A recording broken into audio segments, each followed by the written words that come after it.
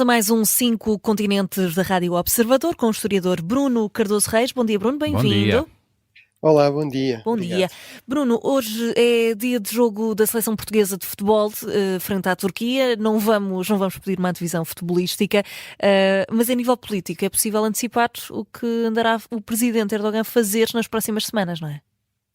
Sim, em termos futebolísticos não arrisco mais do que desejar que se mantenha a tradição, não é? Que aparentemente é Sim. Portugal realmente ganhar contra a Turquia, mas em relação à dimensão política podemos estar seguros que realmente o presidente da Turquia, o presidente Erdogan, vai estar muito ocupado nas próximas semanas. Irá, em particular, sabemos que vai à Cimeira da Organização de Segurança de Xangai, que foi criada no pós-Guerra Fria, inicialmente pela China e pela Rússia, mas entanto se tem alargado muito, já inclui também a Índia, o Irão, a própria Turquia, e realmente será uma cimeira no Cazaquistão, em Astana, onde à partida é expectável que Erdogan se encontre provavelmente com Putin e com o presidente Xi.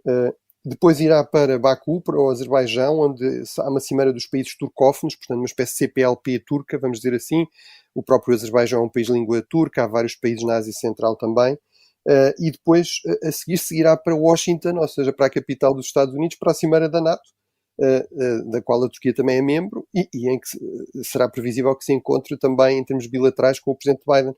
Portanto, em poucas semanas, nas próximas semanas, o presidente turco à partida estará quer com Putin, quer com Xi, quer com Biden, e isto mostra bem realmente como a Turquia tem ganho aqui um grande espaço de manobra com estes conflitos crescentes no contexto internacional, com a importância também do Mar Negro para o conflito, por exemplo, na Ucrânia.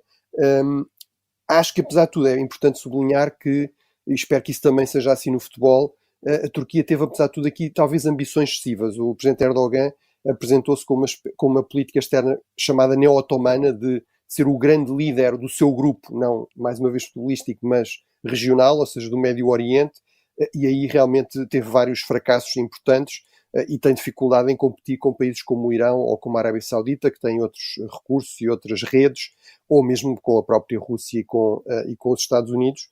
Mas realmente é verdade que ganhou aqui um espaço de manobra importante e consegue extrair muitas vezes concessões dos diferentes grandes potências em diferentes contextos. E nesse sentido tem uma agenda preenchida nas próximas semanas. Vamos, Bruno, então a outros temas. A semana ficou marcada pela visita de Vladimir Putin à Coreia do Norte e também ao Vietnã. Estas visitas do presidente russo são uma tentativa de mostrar que ele não está isolado?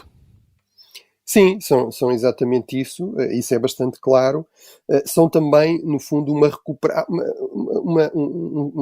uma intensificação de algo que Putin vem procurando fazer, depois da Rússia ter conseguido recuperar da enorme crise económica e financeira que em parte também explicou o próprio colapso da União Soviética e que forçou a Rússia, no fundo, a pôr de lado, ou pelo menos a reduzir muito o nível de cooperação que tinha com países como a Coreia do Norte ou como o Vietnã. É importante sublinhar isto, no fundo, há aqui uma história de muitas décadas. A própria Coreia do Norte, no fundo, é uma criação da Rússia soviética, da Rússia comunista. É o resultado da intervenção de Moscovo na Segunda Guerra Mundial. A uma semana do Japão anunciar a rendição, o Japão tendo já dito, aliás, a Moscovo que se ia render e tentado até obter a ajuda da União Soviética, que não tinha entrado na guerra com o Japão até 1945, para chegar a uma rendição. A União Soviética vai entrar na guerra para tentar conquistar uma série de territórios que disputava com a China ou com o Japão desde o século XIX. A Coreia, no fundo, é aqui um pouco uma zona tampão entre estas três grandes potências do Extremo Oriente, a Rússia, a China e o Japão, e, portanto, a Coreia do Norte é criada em 1948 e é liderada pelo fundador da dinastia Kim, o avô do atual líder, o Kim Il-sung. O Kim Il-sung era um major do exército soviético, parte dessa força de ocupação, e, portanto, é escolhido pelo governador militar da Coreia do Norte soviético para ser o novo líder. Mas realmente houve aqui uma necessidade de reequilibrar as coisas. Havia um acordo também, um tratado até de segurança mútua, mas que é revisto em 1994 e que agora, no fundo, é recuperado. Portanto, há uma espécie de nova garantia de segurança da Rússia de Putin à Coreia do Norte, em troca de um apoio militar muito raro, porque apesar de a Rússia insistir que não está isolada, a verdade é que quase nenhum país dá apoio militar, pelo menos abertamente, à Rússia para a sua invasão da Ucrânia, com exceção, precisamente da Coreia do Norte e também do Irão. Mas a Coreia do Norte é um Estado, digamos, muito isolado internacionalmente e, portanto, foi importante também esta visita ao Vietnã, que é um regime comunista, mas daquele modelo chinês, ou seja, no fundo um regime de capitalismo de Estado ou de leninismo de mercado, é um país que tem a chamada diplomacia do bambu, ou seja, muito flexível, embora bastante rígido na defesa dos seus interesses, e tem procurado manter boas relações com as principais potências, com a China, com a Índia, com os Estados Unidos. A grande prioridade, na verdade, é sobretudo contrabalançar a China, que é aqui o grande gigante a norte do Vietnã, que invadiu, aliás, o país em 1979 e foi derrotado pelo Vietnã nesse contexto. Isso levou já na altura uma aproximação, a um reforço da cooperação com Moscovo. Agora, sobretudo para o Vietnã, o que é importante é sinalizar que, embora se tenha aproximado muito dos Estados Unidos, até em termos de cooperação militar naval, por exemplo, para contrabalançar a China, não quer fazer parte de nenhum bloco, nomeadamente não quer fazer parte do bloco liderado pelos Estados Unidos e, portanto, apesar de termos tido notícias que esta visita causou algumas hesitações em Hanoi, acabou por ter lugar e, do ponto de vista do Vietnã, tem esta vantagem de sinalizar que o Vietnã tem aqui várias opções entre várias grandes potências. Também esta semana, Bruno, pareceu estar iminente uma guerra entre Hezbollah e Israel. Achas que este conflito é mesmo inevitável? E pergunto também que impacto terá já neste complicado xadrez geopolítico. Bem, inevitável não é, e eu diria que em termos racionais devia ser evitado pelos dois lados, porque tem realmente muito a perder. Israel ainda não terminou as suas operações em Gaza, tem um exército de cidadãos, portanto tem um exército de serviço militar obrigatório que está sob muita pressão. Israel gosta de guerras curtas e com vitórias decisivas por isso mesmo. Já teve várias vezes problemas com o Líbano, com conflitos que depois se prolongam muito, desde logo com a invasão em grande escala em 1982, mas mesmo o conflito em 2006 contra o Hezbollah é geralmente apontado como tendo demonstrado alguns problemas na capacidade, na eficácia militar de Israel. E, sobretudo, o Hezbollah tem, estima-se, pelo menos 150 mil mísseis, cada vez mais também drones. Terá aprendido algumas lições com a experiência da Ucrânia, portanto, um ataque do Hezbollah em grande escala, com múltiplos mísseis, múltiplos drones, pode, por exemplo, saturar o sistema de defesa antiaéreo de Israel, que é o mais avançado do mundo, mas que não é infalível, não é? Não consegue simplesmente ter tudo. E, portanto, haveria aqui um incentivo grande do lado de Israel a evitar isso. Do lado do Hezbollah, o Israel tem a capacidade também de destruir muitas das capacidades militares do movimento e de criar, digamos, grande destruição no Líbano, onde o Hezbollah está sob pressão de todos os outros movimentos políticos, todos os outros setores e grupos da sociedade, para evitar envolver o Líbano, mais uma vez, num conflito muito destrutivo, num país que já está com grandes dificuldades económicas há vários anos. Portanto, eu diria, deveria ser evitado, racionalmente seria evitável, mas vamos ver, porque também há pressões políticas de Netanyahu, sobre Netanyahu da ala mais dura, a mesma coisa em termos do Hezbollah, da facção mais dura, e às vezes aqui os cálculos racionais, enfim, acabam por falhar. E, portanto, nesse caso, realmente o risco seria muito maior do que o conflito em Gaza e, nomeadamente, poderia, até com base nas declarações do líder do Hezbollah, envolver um país membro da União Europeia. Nós esquecemos que Chipre está a poucas centenas de quilómetros da costa libanesa, mas é um Estado-membro da União Europeia, não é membro da NATO, mas é da União Europeia, e foi diretamente ameaçado pelo líder do Hezbollah, porque tem tido aqui uma aproximação a Israel nos últimos anos, até por causa, digamos, de um conflito crescente entre Israel e a Turquia, e um conflito muito antigo entre o Chipre e a Turquia. Bruno, e ainda continuamos no rescaldo das eleições europeias e acelerando agora um pouco mais, começando pelo impacto mais político, nomeadamente em França, com eleições legislativas antecipadas. A campanha já está em curso, as primeiras sondagens dão vantagem à extrema-direita. Este dado eleitoral pode atirar França para o caos, como já disse, por exemplo, Nicolas Sarkozy? Bem, realmente o risco de um parlamento, digamos, muito difícil de gerir, de uma coabitação, digamos, muito complicada, que é o nome que se dá em França quando um presidente que tem substancialmente mais poderes do que o presidente português, nomeadamente em termos de política externa, em termos de política de defesa, mesmo quando há uma maioria de outra cor política no Parlamento.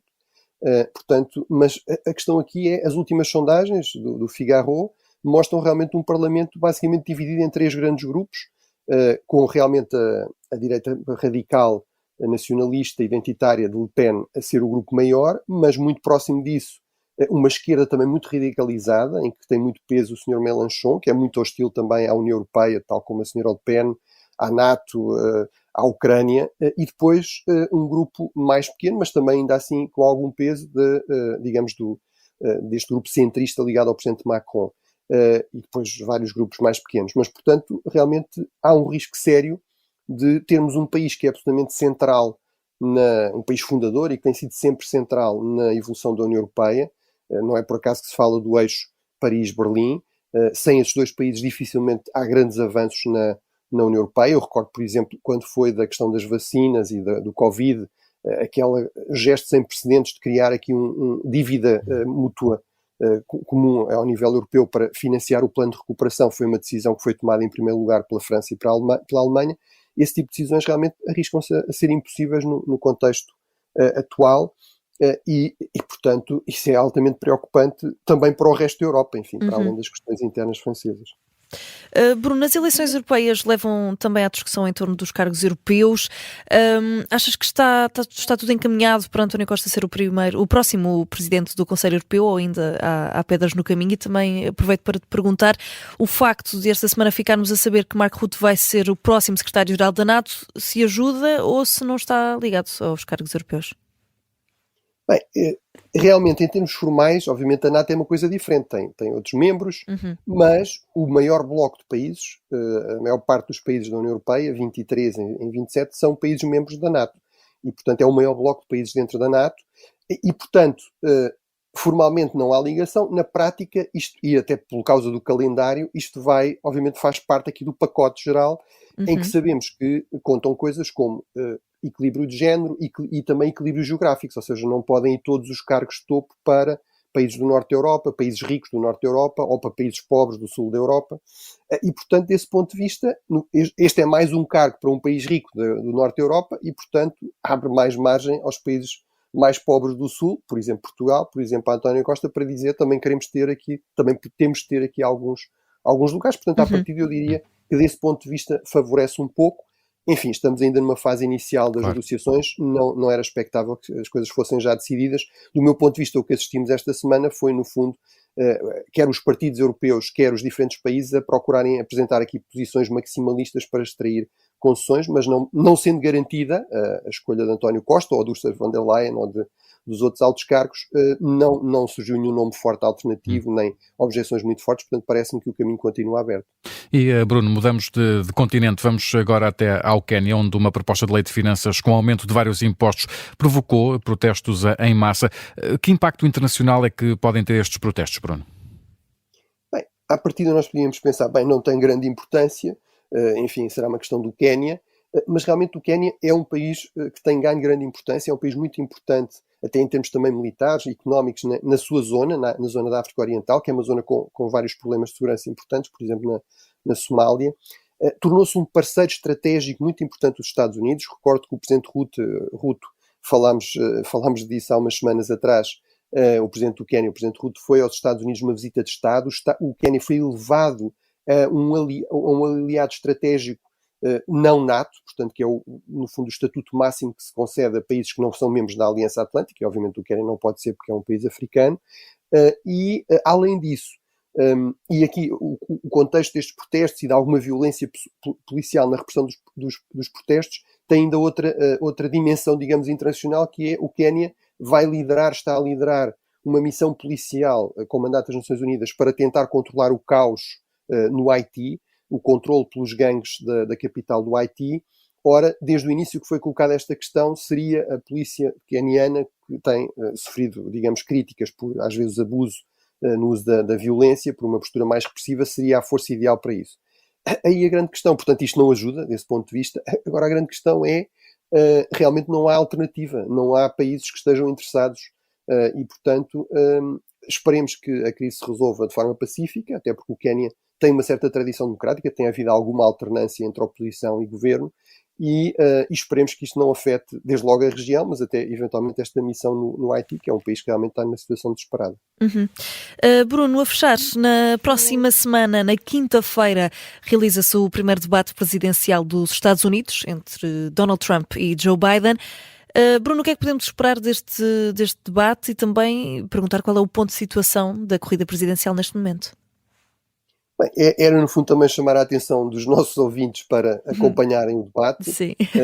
Em princípio haverá um outro em setembro, mas não é garantido que ele se realize. Acho que muito dependerá de como é que as coisas, até que ponto é que as coisas vão azedar ou vão correr melhor ou pior neste debate. Eu diria que é sobretudo uma prova de vida decisiva para Joe Biden. Nós sabemos que a questão da idade tem sido muito levantada, que há muitas reservas de muitos americanos que à partida até poderiam votar em Biden em relação a essa questão. Portanto, eu acho que ele tem realmente, não pode falhar, não pode ter aqui gafes sérias neste debate, e se conseguir passar essa prova pode eventualmente recuperar um pouco da iniciativa política, e ele desesperadamente precisa disso porque o estado da corrida quer nas sondagens nacionais, Trump tem uma vantagem, embora de 4 ou 5 pontos percentuais, portanto praticamente na margem de erro, mas sobretudo, eu sublinho sempre isto, as eleições nos Estados Unidos não são verdadeiras eleições nacionais, são eleições Estado a Estado, e quem ganha um Estado ganha todos os votos depois no colégio eleitoral desse Estado, ora, por regra, nos Estados fundamentais, aqueles que oscilam entre um partido e outro, Biden basicamente está em desvantagem em todos eles. No Arizona, na Geórgia, no Michigan, no Nevada, na Pensilvânia, só está mais ou menos empatado no Wisconsin e no Minnesota, e portanto ele precisa realmente desesperadamente de recuperar popularidade, recuperar a iniciativa política, e portanto este debate é, eu diria, mais decisivo do que muitas vezes este tipo de debates são no contexto de uma campanha. Muito bem, Bruno, esta semana ficamos por aqui, temos mais um 5 Continentes no próximo sábado. Até lá. Bom fim de semana, Bruno. Bom fim de semana. Obrigado.